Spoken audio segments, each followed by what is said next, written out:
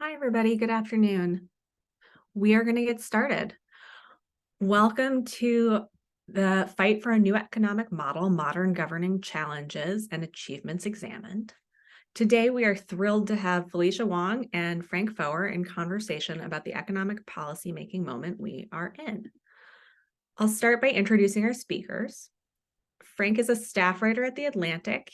He's the author of The Last Politician, Inside the Biden White House and the Struggle for America's Future, a New York Times bestseller, which is worth noting is rare for books about Joe Biden. His other books include World Without Mind, The Existential Threat of Big Tech and How Soccer Explains the World, An Unlikely Theory of Globalization. For 7 years, he edited the New Republic magazine. He's a native of Washington, D.C. And then Felicia is the president and CEO of the Roosevelt Institute, where she directs the organization's mission, vision, and strategy.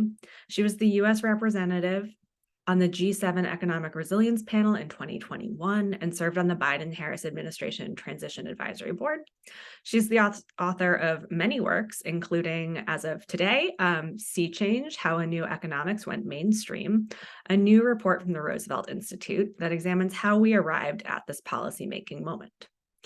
Sea Change takes a few examples of policy shifts from our approach to recession recovery to the Green New Deal and traces how movement activists, policymakers, and academics and think tanks came together over the last decade to shift how we conceptualize economic policy. It looks at where the quote unquote pillars of Bidenomics represent this transformation that so many have been working for, and also where they fall short of that vision. We're excited to have these two authors in conversation because together their work helps us think about what it takes to govern in the midst of shifting paradigms. This is a conversation that Frank and Felicia have been having for years, and we're really excited to get to all join in that today. One housekeeping note, this is a webinar being hosted by the Roosevelt Institute, and we are a 501c3, so Frank and Felicia will not be discussing electoral politics. And with that, I'm going to hand it over to Felicia. Thank you so much, Suzanne. Frank? Hi, Felicia. Happy Pub Day. Hi, thank you. This is going to be fun, right? Yes, it will. All right, good. This conversation that we've been having for a long time about whether there's a new economics, what the new economics is. It does make a lot of sense to me that we put your book, The Last Politician, which is about Joe Biden's first 2 years in office, and the publication that we just launched this morning called Sea Change, about how a new economics went mainstream. Like, these things are in conversation with each other. So I don't know.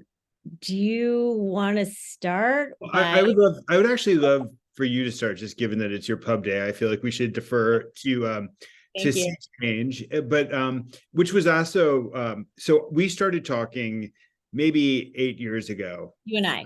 Yeah. Is it that long? Okay. And I was drawn to the Roosevelt Institute, and I sought you out because I knew that you were at the forefront of thinking through what a post-neoliberal future might look like. And we live in these times that are both so terrifying, but there's also this exciting new possibility that has been opened up about directing government away from a paradigm where efficiency trumped everything, where morals and the shapes of markets and the rights of workers and equity questions began to have a place alongside these other questions that had shaped the way that we thought about capitalism. And so if you could just start, so along this journey, we've gotten to this moment where we feel comfortable saying that a sea change of some sort has happened. So what is the sea change and how did we get here? Right. Well, thank you for kicking it to me first to describe the sea change in this moment. And thank you for setting it up so I can just nod and say, yes, that's exactly what it is. Good job. So first of all, before I answer your question directly, I do think it's worth noting that the 8 years we've been talking, right, that's been like a long time. When you and I first started discussing this, Elizabeth Warren was a relatively new senator. We were still in a very, very, very slow recovery from the Great Recession and how we were going to get out of that. And, did progressives know anything about how to manage economics? So like that was the kind of milieu that we were really beginning these conversations in. And we at the Roosevelt had a pretty strong idea even then. We published something in 2015 called Rewriting the Rules, which really made the argument that there is a new economics, and the new economics could lead to greater investment and greater thriving for more people and greater equality. And all of that was, if you understood that the economy was actually structured by a bunch of rules, you could change those rules and you could make different choices about how to actually manage the economy. So that was when you and I really started talking in 2014, 15, 16. And now we really do have this idea of the new economics. Joe Biden calls it Bidenomics. I don't think it has to be called Bidenomics, and we could talk about whether that's, effective as a way to move one's message. But we do have this new economics, right? And I would say it's about a couple of different things. It's about rebalancing power between public forces and private forces, right? And that means fewer corporate monopolies and more unions. It means that government can actually point in a direction, high care, low carbon. The government can actually put its thumb on the scale and say, there are things that we care about. We do want more equality, so we're going to fight for higher wages for people and fight for higher taxes on the wealthy. And these are good things, and government's allowed to not only have an opinion about them, but use its power to make those things happen. Now, government has to be democratic, small d, meaning there have to be public inputs into government for this to work. But that really is the new economics. And it is also what we tried. This is what describing this is why we at the Roosevelt Institute wrote this kind of like decade-long look back report, which is what we're publishing today. Because we actually wanted to remind people that the new economics goes beyond, a few pieces of legislation, as important as those pieces of legislation are, goes beyond an individual politician, any individual politician. So we really wanted to do three things. The first was to connect the dots across a whole bunch of policy areas that people tend to look at as disparate. A lot of the coverage of the new economics since the Inflation Reduction Act and the Chips and Science Act and the Infrastructure Act have been passed. A lot of it says, well, it's industrial policy, right? It's like putting money into manufacturing jobs, and that is, and green manufacturing jobs. And that is definitely true. But you also have to look at the attempt of this administration to actually structure markets through antitrust and through stronger competition policy. You have to look at the support for unions, the success recently of the UAW, of the actors, of the screenwriters. All of these things actually are connected together. There is a new worldview out there. So, and saying that out loud, loud and proud, was the first reason we wanted to write this report. The second reason we wanted to write is we wanted to tell our own story. We at Roosevelt have been doing this for a while, arguing for this for a while, writing about it for a while, analyzing it. And so we wanted to tell the story from our own vantage point. We've had a pretty good ringside seat to a lot of this. And in some cases, we've been in the ring, a little bit pugilistic.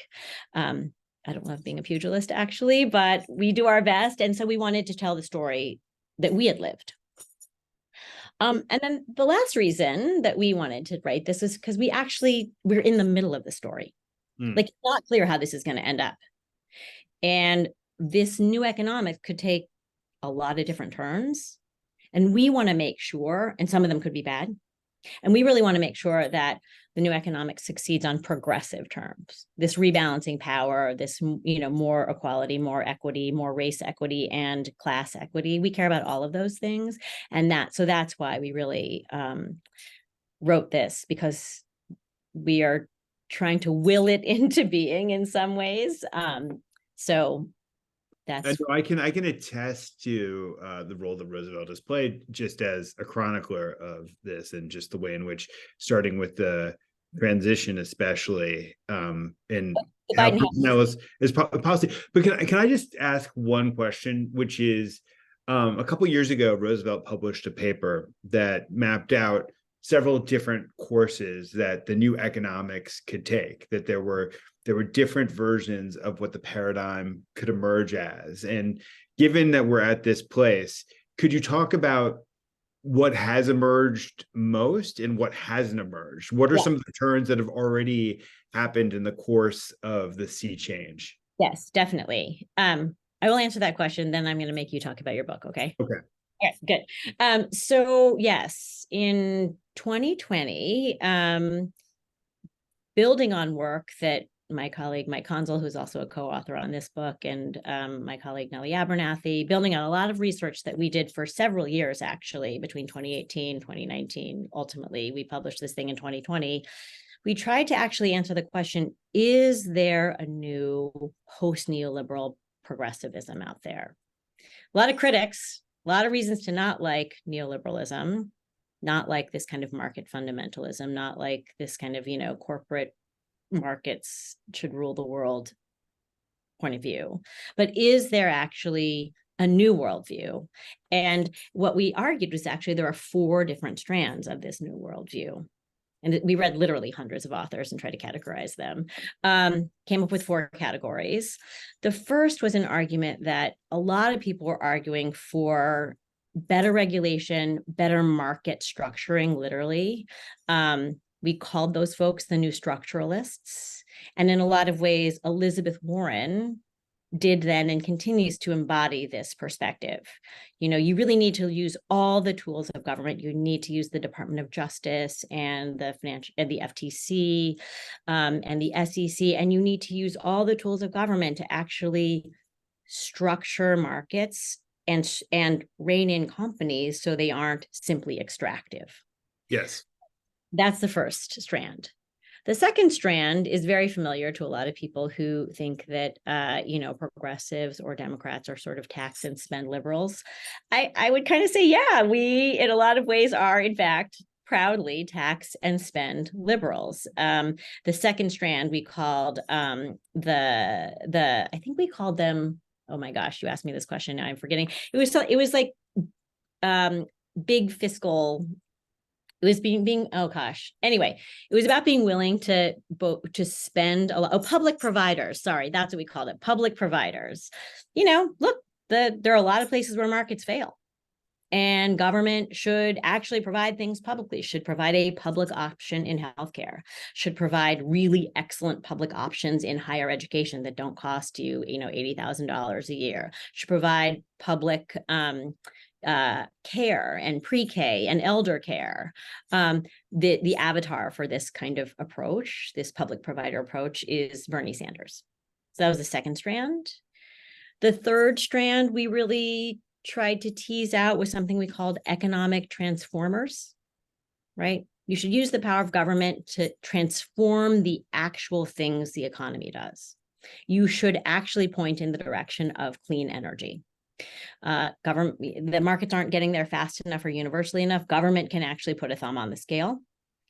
And as it turns out, the avatar for this kind of economic transformation, I sort of predicted this in early 2020. People thought I was a little bit crazy, but I think it turned out to be sort of right. It turns out that Joe Biden, of all of the strands of post-neoliberalism, progressive post-neoliberalism, he kind of believes in this one the most.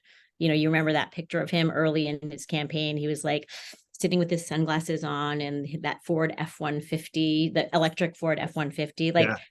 You remember that, right? Well, I remember you telling me during the transition that this guy gets excited talking about batteries and building batteries, and that this is where it's going to go.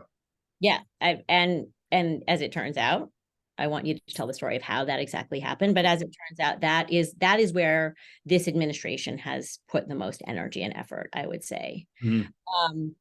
You could say they also have done a whole lot on competition policy. I think that's true too. But then the fourth strand we called economic democratists. And that was really, for this whole thing to work, government agencies actually have to be democratic. They actually have to have real public input. Our institutions actually have to work. People who work in them and run them need to be public servants, not just people in some kind of revolving door. And also other economic institutions, labor unions, right? City government, state, they need to have real power and real strength, and people need to participate through participatory budgeting, through, joining a labor movement. They need to be able to participate in the structuring of the economy. And when I look at all of this, I do think that this last piece, the economic democratists have been by far the weakest in the sea change over the last couple of years. It's great that, we're having a labor power moment, a union moment. But I think it needs to go a lot farther in order for the sea change to really be real and not just be taken over by what Bernie Sanders would call corporate welfare. Government money just going to the top. So anyway, we can talk more about that, but those were the four strands. And I do think some right now are much stronger than others. We still need to rebalance power more than we have. Yeah. So, okay. Now you promised me that you would talk a little bit about The Last Politician. And, you spent a couple of years really deeply reporting what was going on in the Biden administration, in the White House. And the book covers a lot of ground, obviously. Not all of it is about the new economics, but I actually, because that's what we're talking about now, I would love you to talk about some of the stories that you tell in the book about the new economics. In particular, you highlight, Jake Sullivan, the NSC's director's role in driving new ideas forward.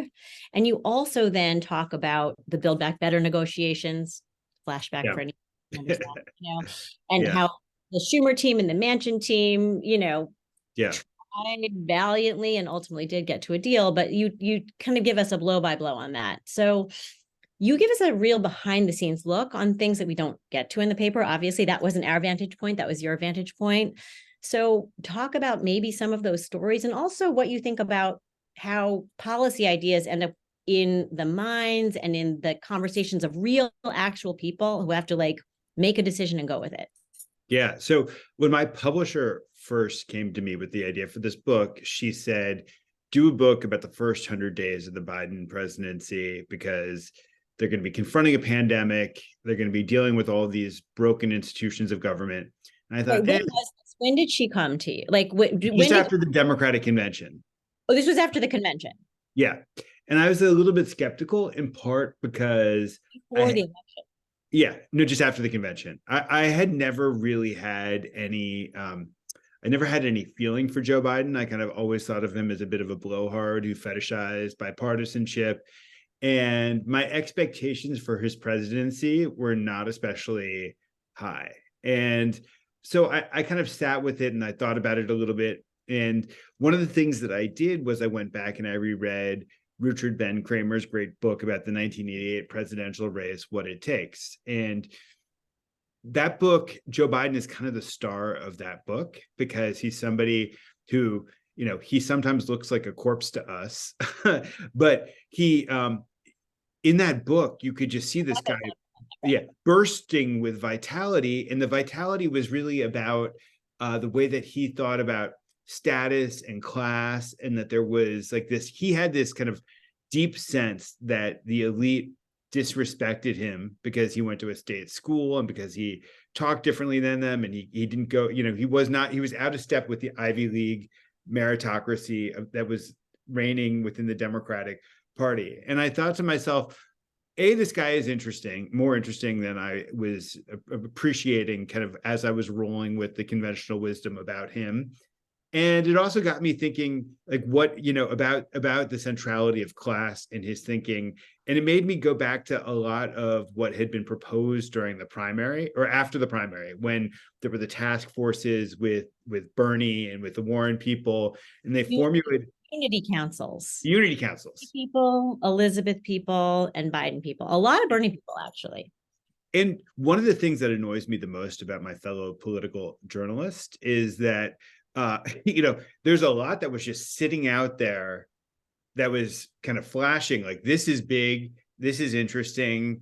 There was no reason to think that it would all come together because it wasn't clear if the Democrats would have control of the House and the Senate. And so, but I read through all of the Build Back Better proposals again, and I thought, well, this actually, or there's a seeds of transformation here. If there's any chance of this happening, that's a really big deal. And so the Build Back Better stuff was like the Unity Council stuff, which was in right after the election. Wait, was that right after the election, or was it like the Unity Councils were right after the primaries? Right after the primaries, right? So what you're saying is that you can see the seeds of what became Build Back Better in the Unity Council work.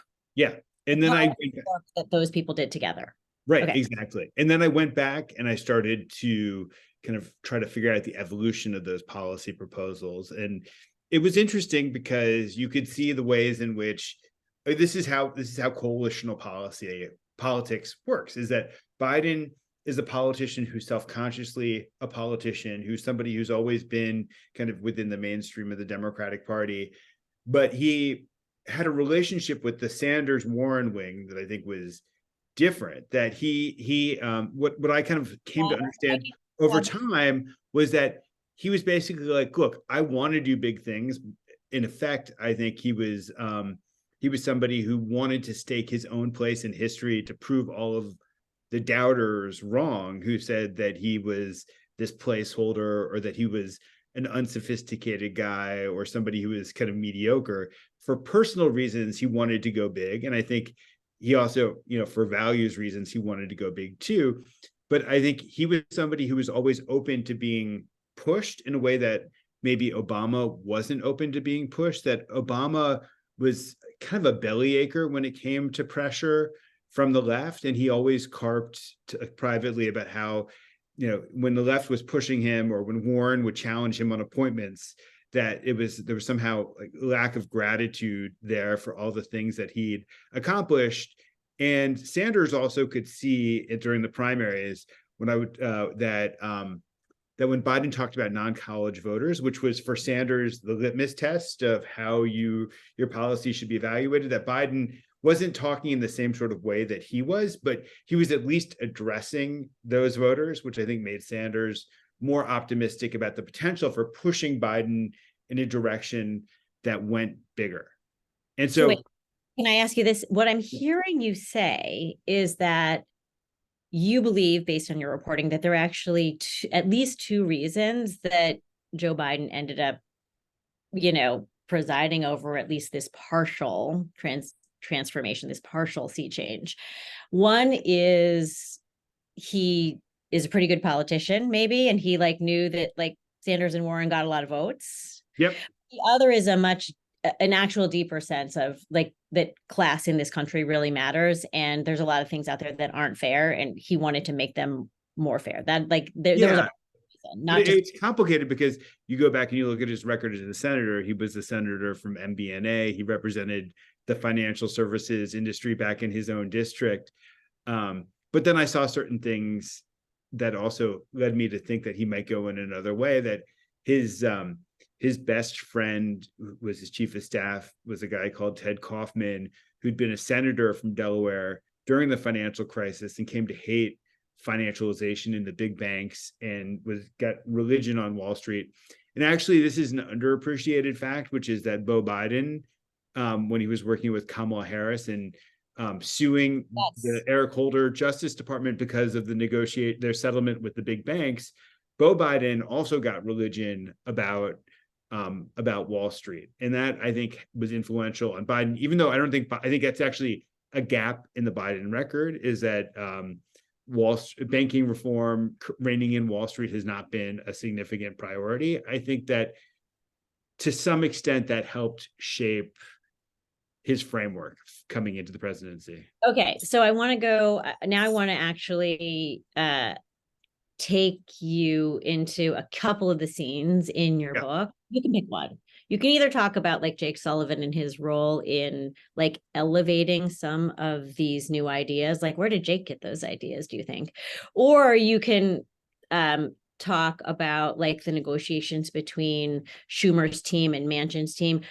Where in the world did Schumer's team get some of these ideas? I'm asking you two questions. One is, where do you think these ideas came from genuinely? And also, like, where do the people pieces and the policy pieces end up coming together?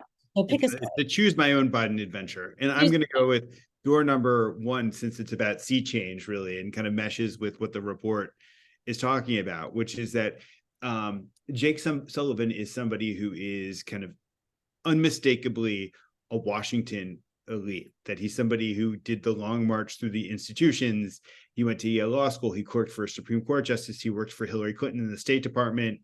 He's not the guy you would think would be drawn to the new economics. But when he started working on Hillary Clinton's campaign in 2015, Clinton told him to go try to understand what was happening on the left, because she thought her primary opponent would be Elizabeth Warren.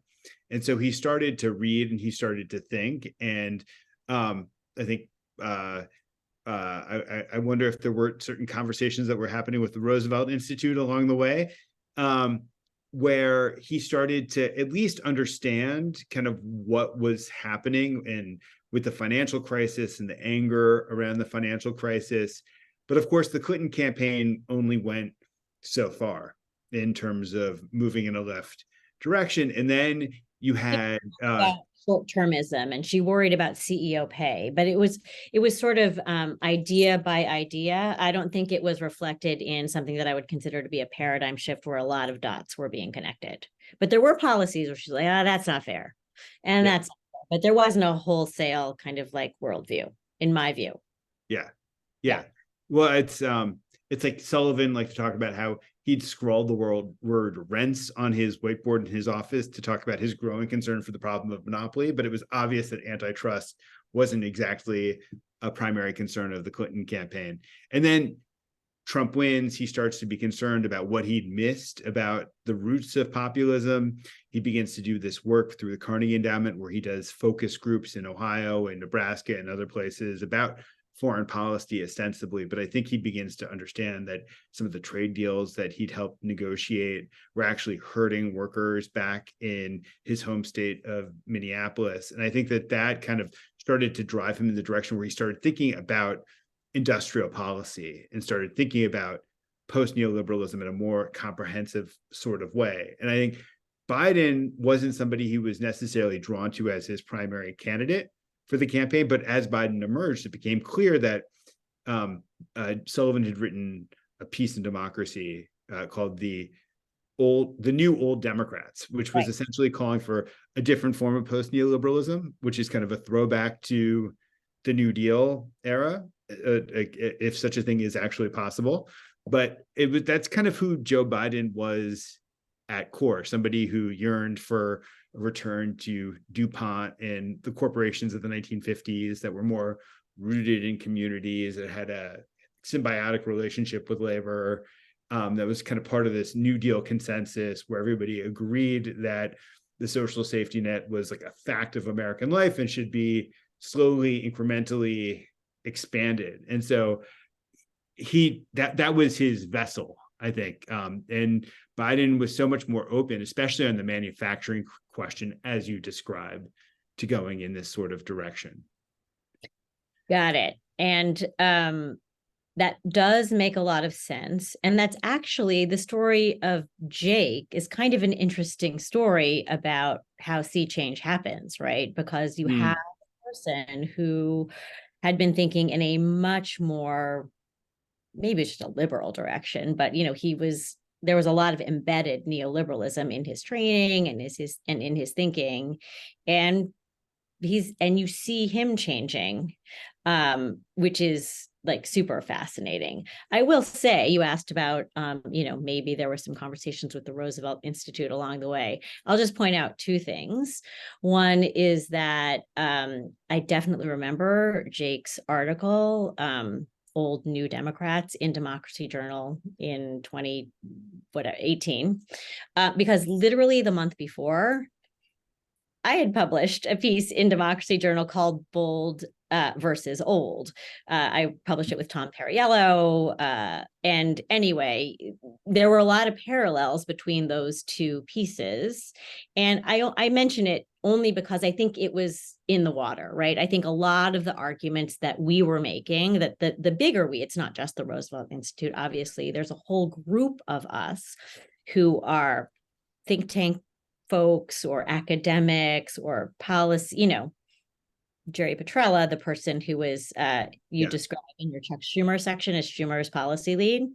Jerry Petrella used to come to a lot of the same dinners that Heather Boucher and Mike Pyle, who now works for Jake, and I did. So there was a lot of us use that time in the wilderness when, Trump was in power to try to really think through new ideas. And you saw them being published in that 2017, 18, 19 period. Could you talk about, you talked in the beginning about the places where the sea change is most fully developed and the places where it's come up short.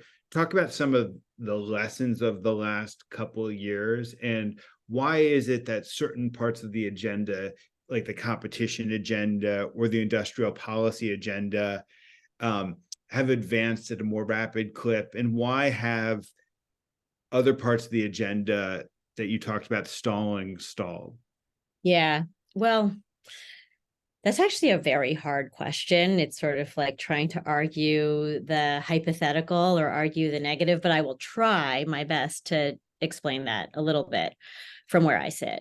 First of all, I do think that the industrial policy, government should put 400 billion, maybe now it's going to be up to $1 trillion via tax credits, which is maybe a sort of neoliberal way to move money to people and places. But at any rate, the idea that government should actually do that to jumpstart a green economy, those were ideas that a lot of people, including many of the people who thought about the Green New Deal, including my colleague Rihanna Gunn-Wright, many of the people who thought that we should be using industrial policy generally, everybody from Mariana Mazzucato, famous economist, to my colleague Todd Tucker. We had been arguing these things for a while, whether or not, the IRA ended, the Inflation Reduction Act ended up being the kind of Green New Deal that Rihanna and the Sunrise Movement envisioned.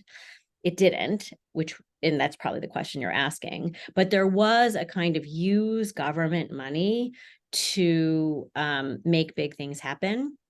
It's a little bit the carrot side and not the stick side. And I do think that that is something that Joe Biden personally felt a lot of sympathy toward. So I have to imagine, I don't know, you've been in the room with him, but I have to imagine that that's just something that he found really compelling. It made sense to him. It made sense to him as a kind of pre-neoliberal New Deal. He came up kind of in the shadow of the New Deal, right? And so that kind of made sense to him. So I do think that's one reason. The other reason is that the really hard stuff, which is yet to be done, which does in fact require raising taxes significantly on the wealthy, significantly on corporations, and it requires many stronger guardrails on companies, although certainly Lina Khan at the FTC and Rohit Chopra at the CFPB, they're doing a great job. But I also think that those are sticks, not carrots, right? And carrots are a lot easier than sticks, especially when you really don't have the votes to go for serious tax reform. Now, we're going to see that fight in 2025 in one way or another. There will be a fight about what our tax system needs to look like, because the Trump tax cuts will roll off in 2025. So that will be an opportunity to have that real, talk about pugilism. There's going to be a lot of fighting going on there. It's unclear what the politics there will look like, right? Who knows who's going to be what the environment for the tax fight will really be. But I do think that for a lot of reasons, it has been easier to push for carrots, and it's been a lot harder to push on to get any real sticks in the system. Now, maybe that means that neoliberalism is still, look, there's a lot of zombie neoliberalism running around. Many of our institutions are still neoliberal. Many of the ways in which we think are still neoliberal. And many people, like you and I, are sitting here talking about a sea change. I do think it's more than just you and I who believe that. But I don't think if you asked my mom, like, what's the role of government or what's the role of companies, like, she wouldn't have a clear sense where she would sound just like, FDR.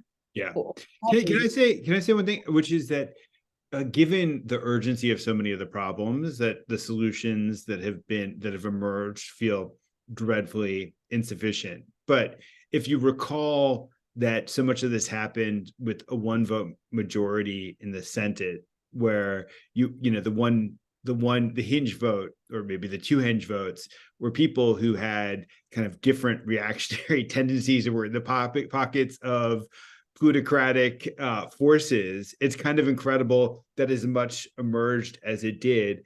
And then I think that some of this is also the nature of change, is that you have the paradigm starts to shift before the actual policy does. And so when you have, with competition policy, the president of the United States explicitly declaring the overthrow of the Chicago School of Economics and saying capitalism without competition is exploitation, which is an Elizabeth Warren phrase, type phrase, that is extremely significant. And then you look at something like the draft merger guidelines that have emerged from the Justice Department. Those are actually, that's rewriting the rules. That is a structural change to the way in which corporate mergers will take place, until the next president is able to rewrite those rules. But they have the potential to change the inner workings of American capitalism in a fundamental way, to prevent dangerous concentrations of economic power. And also they're injecting non-economic considerations into the management of the economy in a way that is completely alien relative to the past generations of government. Or you take something like labor unions, where having the president of the United States walk a picket line, or early on express solidarity for the Bessemer workers at Amazon, all of this stuff helps shift the prestige of labor unions. It helps workers feel like they're forces that are kind of more powerful than their bosses that have their backs, and that begins to exact change. Yeah. And so I don't think we should sneeze at any of that. I think that makes a lot of sense to me, because what you're describing, and especially when you said you inject non-economic forces into the management of the economy, I mean, I think all economics is political anyway. Economists can debate that with me, but I do think there's anyway. But right. What I would say is that, when you say that there are these cultural forces, this feeling that there's somebody more powerful than your boss that's going to have your back, that the law is going to be on your side if you're a worker that is trapped in a really dumb non-compete, which means you can't go get another job. Like the idea that that government actually says that I have a right to go look for another job and I should be negotiating for as high a wage as I can. That is a way of government actually structuring markets that I hope over time will be really meaningful to it's already been meaningful to millions of workers, and I hope this will continue to be meaningful to workers as, this kind of more equitable full employment economy continues. Now, let me just say this. We're about to go to Q&A. So if folks in the audience have questions for me and Frank, go ahead and send them through the QA function on Zoom. I think we all know how to use that by now. And we will begin to answer them. But before we do that, I did want to add one more thing, which is that, I think, Frank, that your sort of how far along are we? Have our changes been big enough for the problems we face? I don't know, it depends on the day that you ask me, but sometimes I think, no, of course they're not. We don't have public childcare.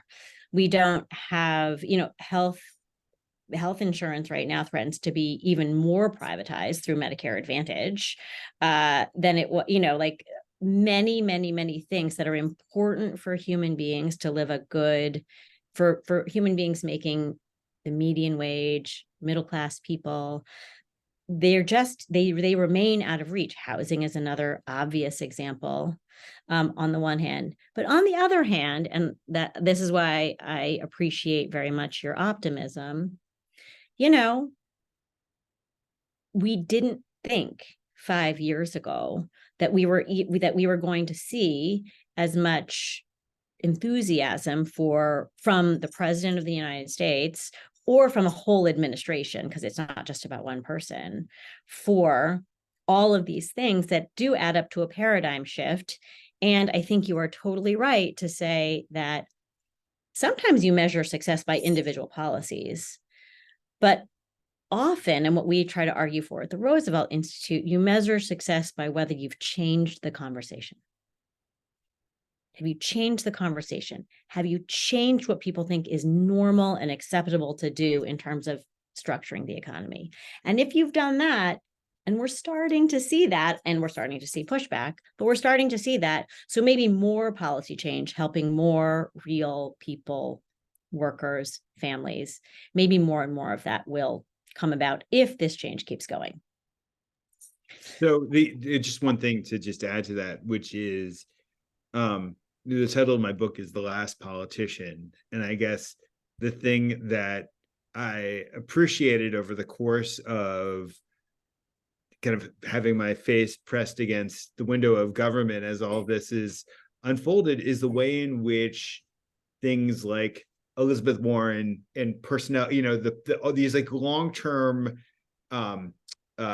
strategies and tactics, getting the right people into government so that you have them in the right seats where they can exact influential change at the right choke points, or the way in which pressure is capable of maneuvering politicians who are open to pressure, and the ways in which, the horse trading and the deal making, which is so odious in so many ways to us, because it's the ways in which the ideal and like the things that we desperately want to happen kind of ended up getting whittled down. It's just the way that change actually happens, and it's ugly and it's tedious. And snowboard boards. That's what politics is, right? Yep.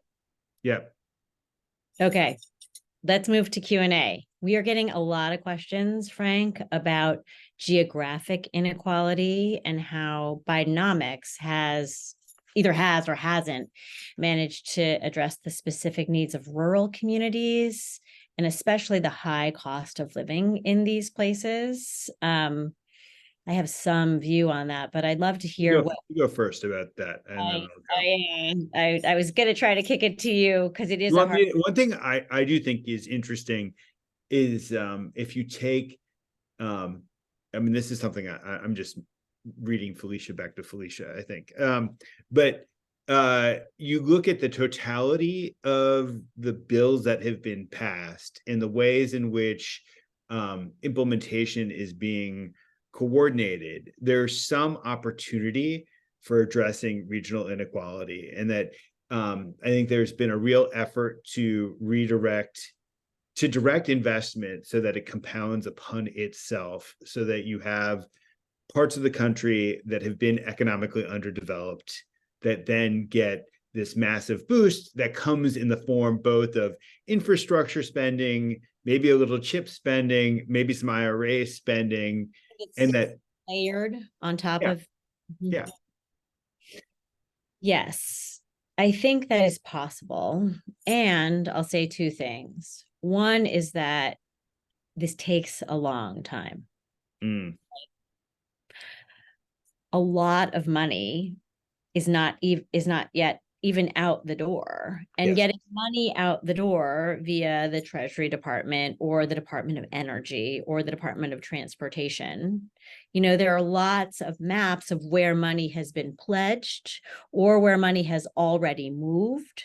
But just like we didn't get into this level of radical inequality and geographic inequality in a year or two, Yeah. it will take decades to get to really see the fruits of this kind of investment, even as that investment is layered.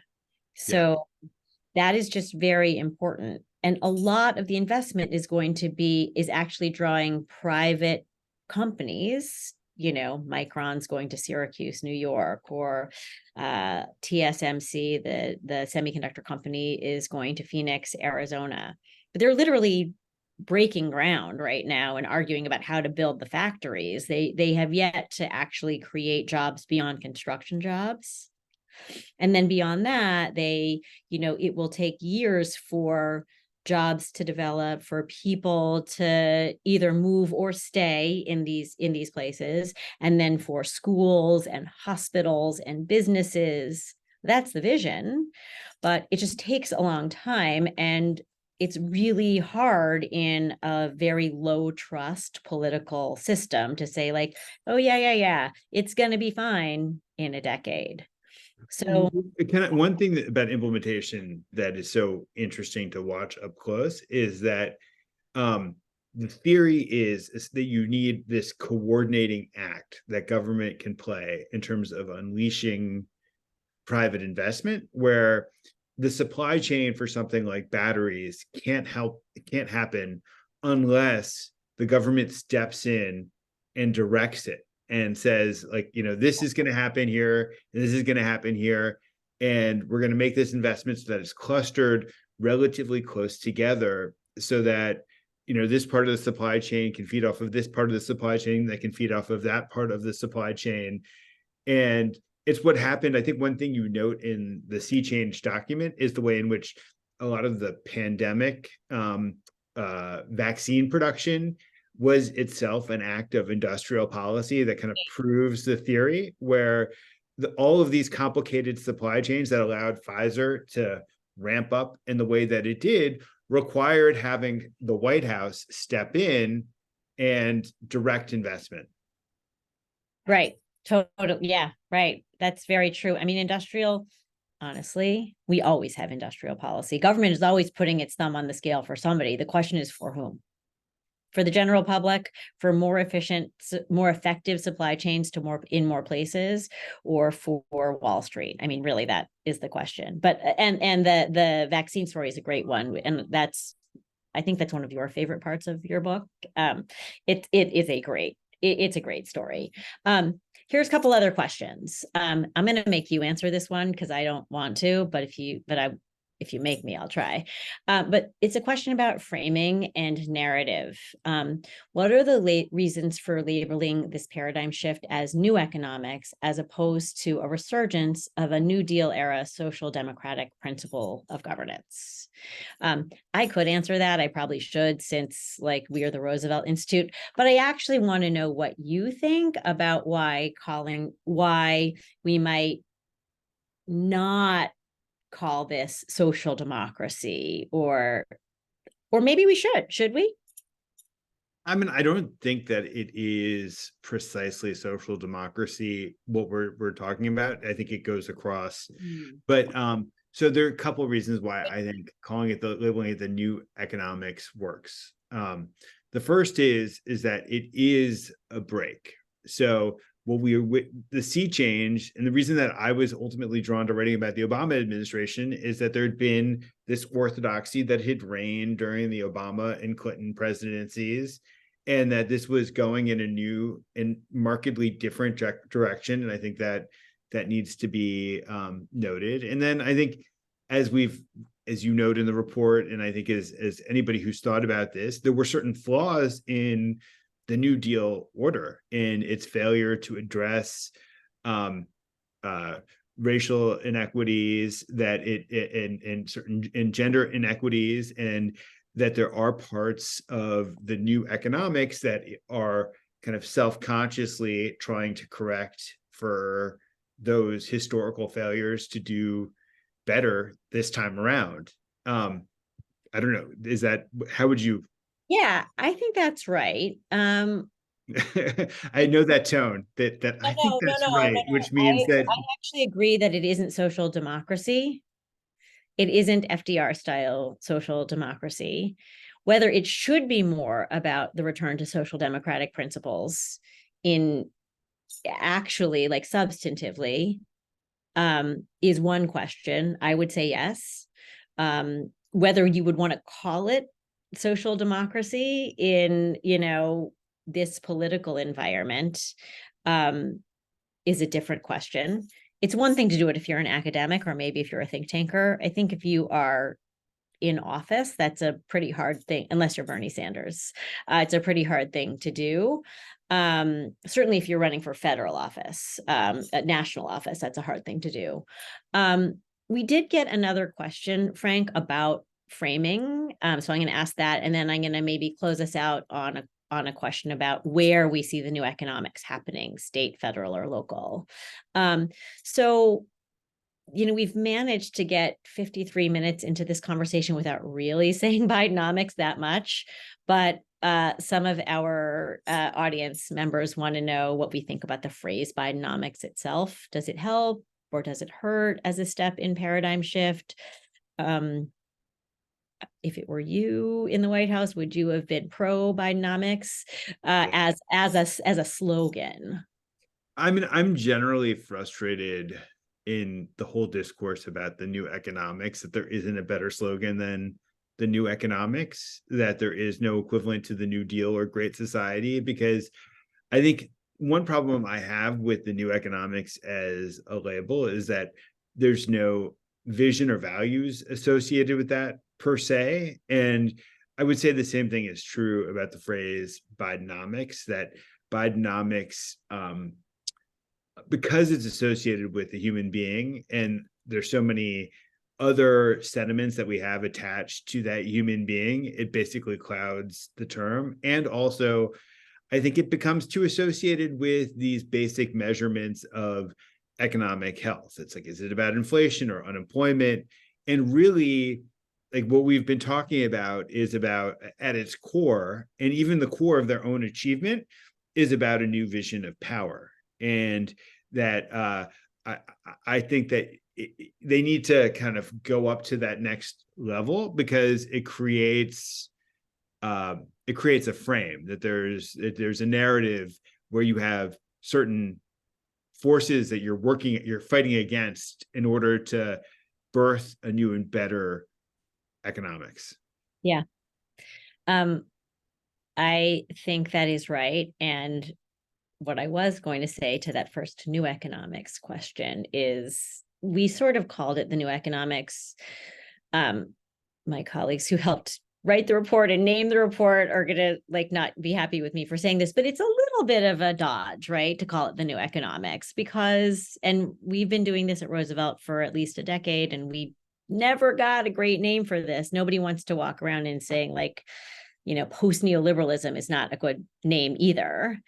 And so I do think that the Biden team, when they came up with Bidenomics, they were sort of like, well, it's akin to Reaganomics. And by the way, you people, all of you think tankers and, wonks and nerds out there, you haven't come up with a better name either. So we're going to go for it. So I think it's also in the preface to your report, Dorian Warren says, a new order is dying. He quotes Gramsci.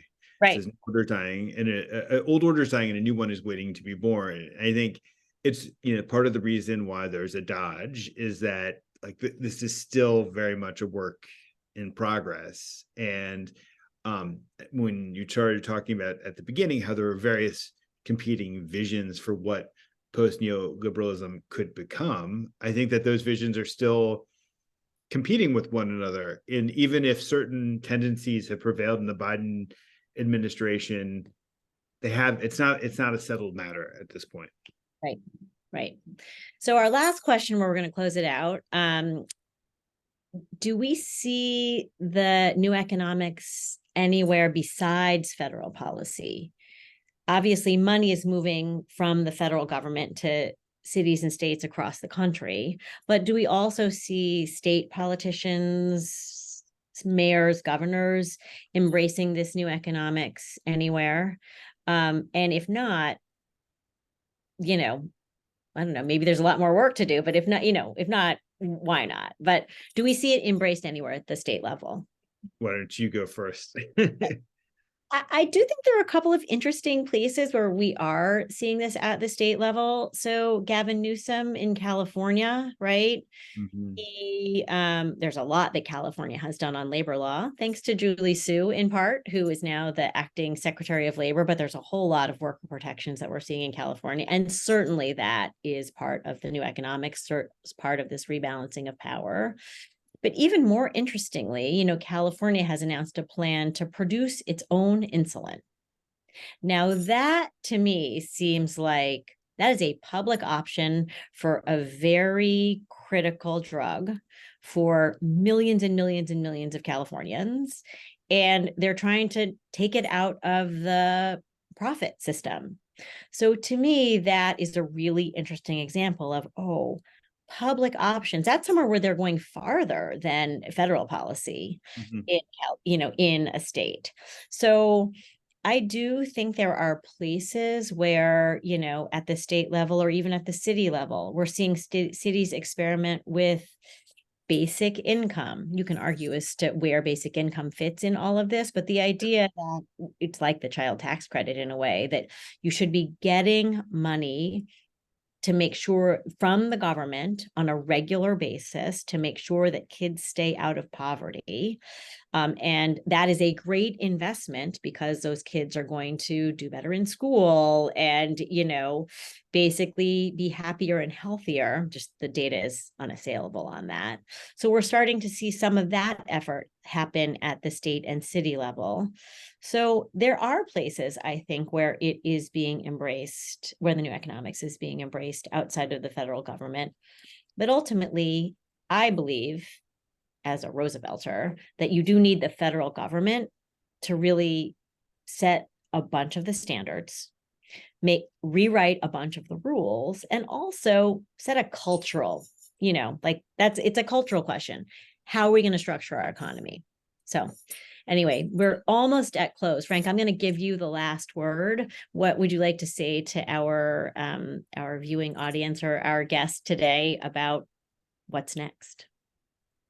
I mean, I look at the, I'm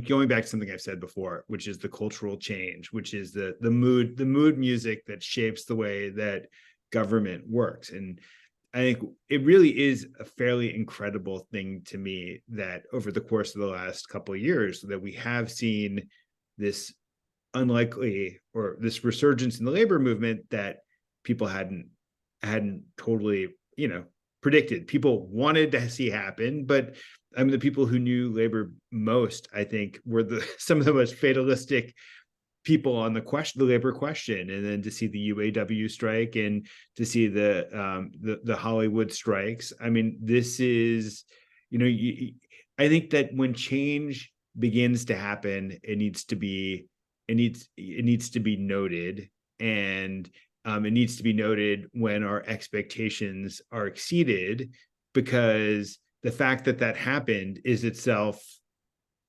not just, the fact that we were surprised doesn't mean that we should accept everything as an inevitability, that those types of turns are possible. That is a great place to end it. Thank you, Frank. Thank you to our entire audience. Thanks to the whole team at the Roosevelt Institute who helped put this on and who, of course, helped write the report, Sea Change. Read the report, read Frank's book, go fight for a better world. Thank you.